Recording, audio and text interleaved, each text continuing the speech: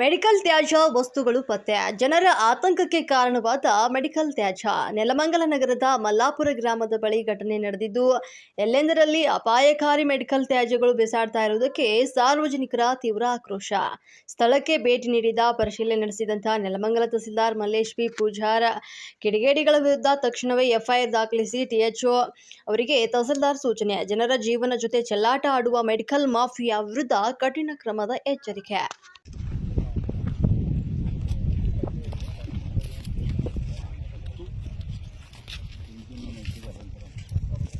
ಆಮೇಲೆ ಅವ್ರ ಮೇಲೆ ಎಫ್ಐಆರ್ ಹಾಕಲೇಬೇಕಪ್ಪ.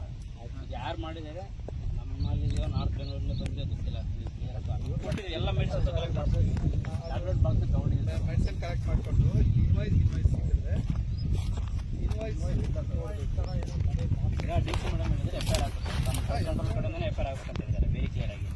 ಸೊ ತಾವು ಎಲ್ಲಿ ಯಾರಿಂದ ಟ್ರ್ಯಾಕ್ ಮಾಡಿಸಿ ಸಂಜೆ ಕೂಡ ಎಫ್ಐಆರ್ ಆಗಬೇಕು ಮತ್ತು ಅವರಿಗೆ ಅನುಕೂಲ ಅಲ್ಲ ಇದು ಟಿ.ಎಚ್. ಅವ್ರು ಮಾಡ್ತಾರೆ. ಲಾಸ್ಟ್ ಟೈಮ್ ಇದೇ ಥರ ಆಗಿತ್ತಲ್ವೇ, ಟಿ.ಎಚ್. ಅವ್ರು ಮಾಡ್ತಾರೆ. ಇದು ನಮ್ಮ ಮೆಡಿಕಲ್ ಶಾಪಲ್ಲಿದ್ರೆ ಮಾತ್ರ ಮಾಡಿದ್ರೆ ಮಾತ್ರ ಆಗುತ್ತೆ.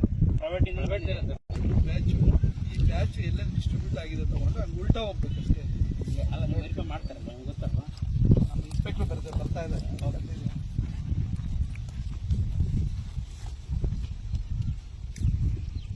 ಗ್ಲೌಸ್ ಯೂಸ್ ಮಾಡಿದ್ರೆ ಅನುಕೂಲ.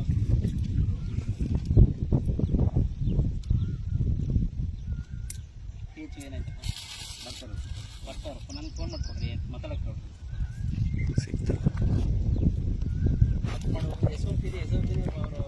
ನೋಡಿ ಲಾಸ್ಟ್ ಟೈಮ್ ಅವ್ರು ಯಾರೋ ಕೆರೆಗೆ ಹಾಕಿದ್ರು, ಸೋಲೂರಿಂದ ಬಂದು ಇಲ್ಲೇ ಹೋಗ್ಬಿಟ್ಟಾರೆ. ಅವ್ರ ಮೇಲೆ ಎಫ್ಐಆರ್ ಆಯ್ತದೆ. ಹಾಂ, ಎಫ್ಐಆರ್ ಆಯ್ತದು.